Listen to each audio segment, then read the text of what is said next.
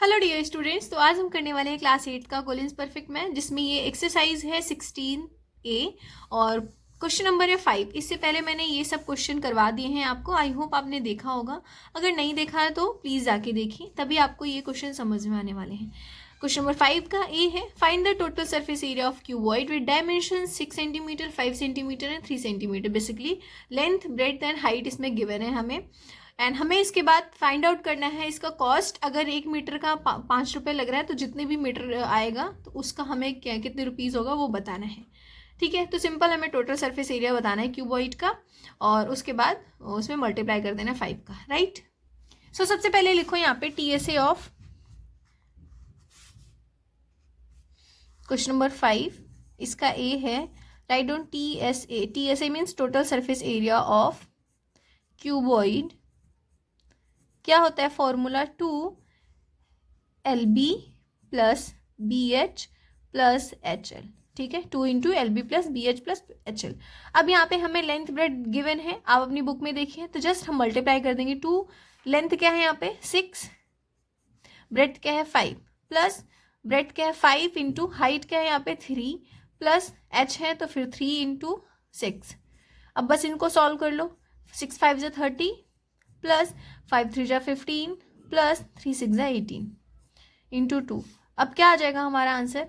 2 into, इनको plus करने के बाद ये हो जाएगा 30 प्लस 15 हो जाएगा 45, 45 प्लस 18 करोगे तो 63 हो जाएगा। ठीक है, इनको मल्टीप्लाई कर लो। 2 3 जा 6 एंड 2 6 जा 12, 126 सेंटीमीटर स्क्वायर है ना। हमने इसका क्यूबॉइड का जो है total surface area find out कर लिया। अब हमें इन्होंने बोला है कॉस्ट जो है, लिखो कॉस्ट ऑफ पर metre square is 5 rupees.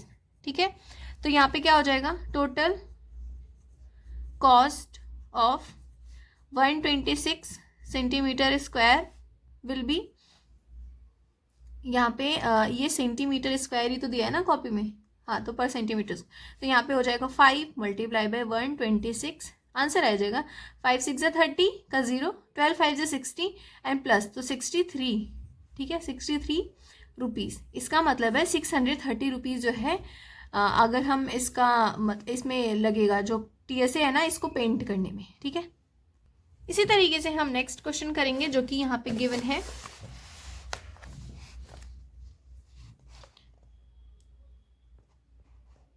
Total surface area of cube is 600 metre square. Find the side length and lateral surface area of the cube.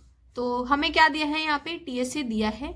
TSA अगर गिवन है तो हम क्या फाइंड आउट कर सकते हैं? यहाँ पे साइड फाइंड आउट कर सकते हैं। अगर साइड हमें निकल गया तो हम LSA निकाल सकते हैं। ठीक है, तो चलो करते हैं। राइट डाउन यहाँ पे क्वेश्चन नंबर B।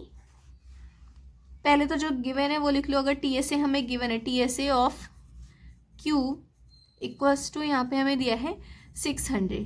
ठीक है, तो TSA होता क्या है यहाँ पे? 6 इंटू साइड का स्क्वायर और जो है 600, तो साइड का स्क्वायर इक्वल्स टू क्या हो जाएगा? 600 डिवाइड बाय 6। आंसर आ जाएगा 100। जब साइड का स्क्वायर 100 है तो साइड क्या हो जाएगी? 10 सेंटीमीटर हो जाएगी, है ना। मीटर में है आई थिंक, हाँ, तो 10 मीटर हो जाएगी। तो जब हमें साइड 10 मीटर मिल गई तो हम क्या फाइंड आउट कर सकते हैं? बेसिकली ये लेंथ है। ठीक है, तो लेंथ हमें 10 मीटर मिल गई तो हम LSA फाइंड आउट कर सकते हैं। LSA ऑफ क्यूब, इसका फॉर्मूला मैंने आपको बताया है। क्या होता है LSA जो है? बताओ जल्दी जल्दी। 4 इंटू 10 का स्क्वायर, ये हो जाएगा 4 इंटू 100। आंसर हो जाएगा 400 metre square. That's it. Right, next question है question number C। The walls and ceiling of room are to be plastered. The length, breadth, the height of room is 4.5, 3 metre, 350 centimetre, है ना।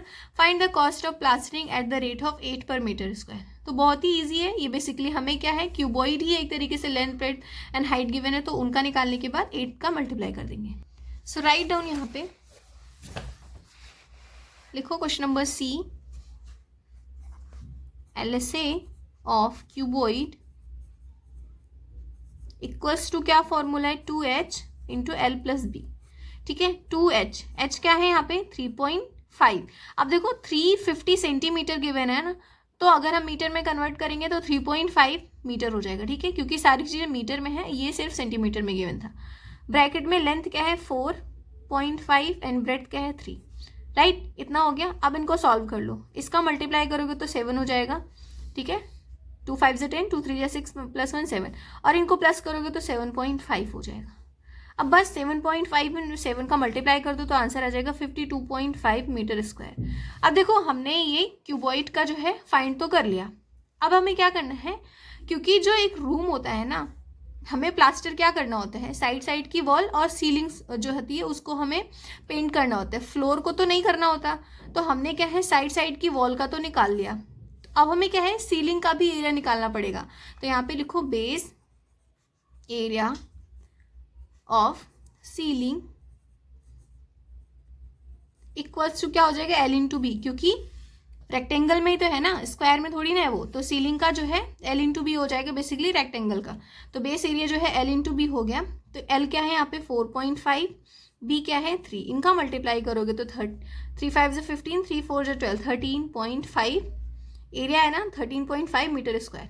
तो अब क्या है यहाँ पे टोटल क्या हो जाएगा, इन दोनों को हमें प्लस करना है। तो लिखो यहाँ पे कॉस्ट ऑफ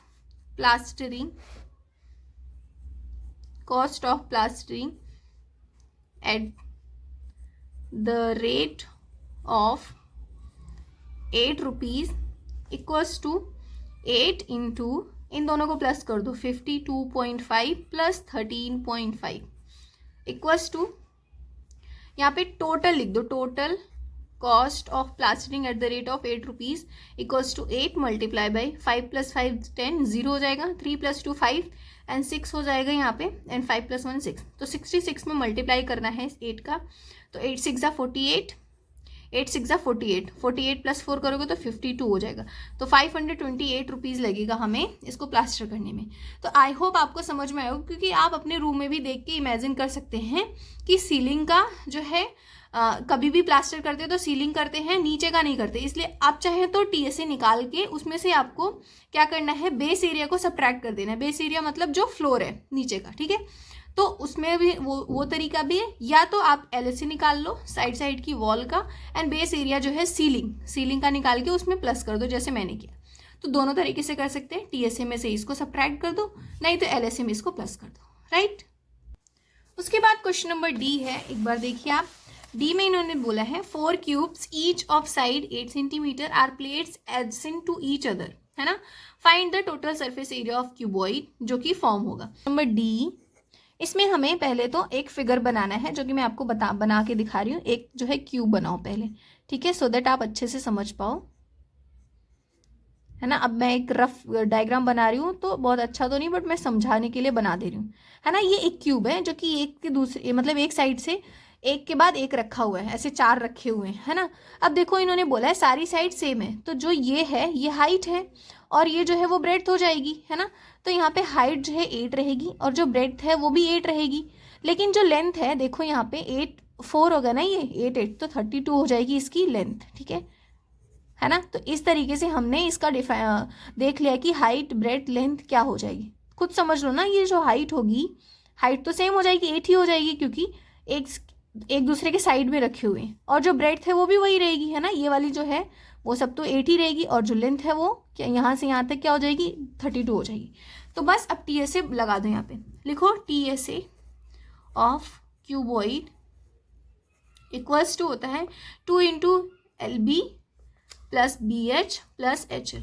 अब बस यहाँ पे 2 इंटू L क्या है यहाँ पे 32 into 8 plus BH 8 into 8 plus HL, तो 32 इंटू 8, 32 इंटू 8 करोगे तो क्या आएगा आपका आंसर, 8 2 जा 16 होता है, 8 3 जा 24 प्लस 1 तो 25 प्लस 8 8 जा 64 एंड फिर से यहाँ पे 256 आ जाएगा, राइट।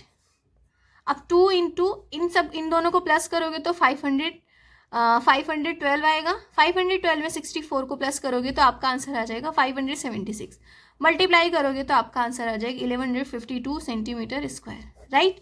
तो इस तरीके से हमने क्वेश्चन नंबर डी कर लिया, ठीक है। अगर कोई भी डाउट हो तो ज़रूर पूछ लेना। नाउ लास्ट क्वेश्चन है इसका, यहाँ देखो A rectangular sheet of paper is 22 centimeter long and 10 centimeter wide.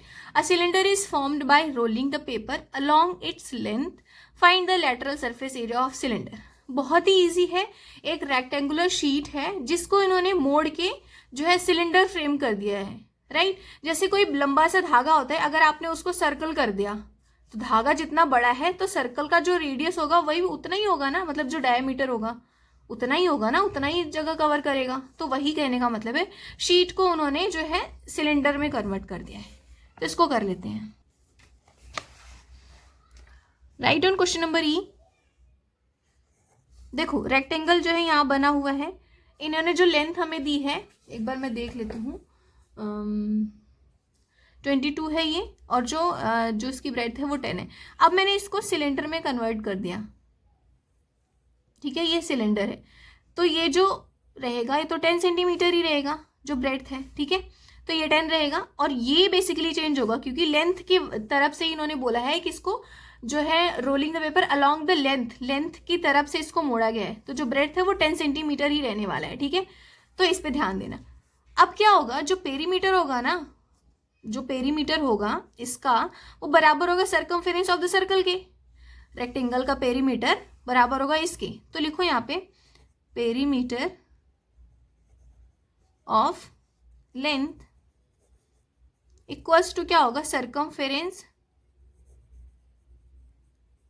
Of circle of cylinder, right. अब जो लेंथ है, पेरीमीटर क्या है, लेंथ क्या है यहाँ पे 22 है. 22 हमें लेंथ गिवन है तो 22 किसके बराबर होगा, सर्कमफेरेंस ऑफ द सिलेंडर, है ना. तो 2 पाई आर होता है. हमें यहाँ से आर मिल जाएगा basically. 2 into 22/7 into R equals to यहाँ पे 22 है. इसका मल्टीप्लाई यहाँ होगा तो 22 into 7 equals to 2 into 22 into R. R की वैल्यू हो जाएगी 22 इंटू 7 डिवाइड बाई 2 इंटू 22. 22 से 22 डिवाइड हो गया, 7 को 2 से डिवाइड करोगे तो 3.5 सेंटीमीटर आपका रेडियस आ जाएगा. अब हमें जो रेडियस 3.5 सेंटीमीटर मिल गया है, समझ में आ रहा है आपको.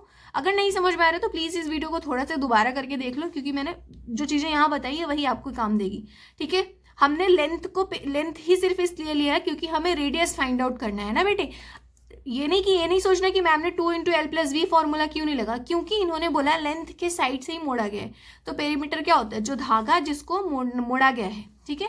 इसीलिए लेंथ का ही पेरीमीटर लिया है जो 22 है. इसी से तो हमें रेडियस मिलेगा. मैंने आपको बताया ना, रेडियस तो वही होगा जो इसको मोड़ा गया है, राइट.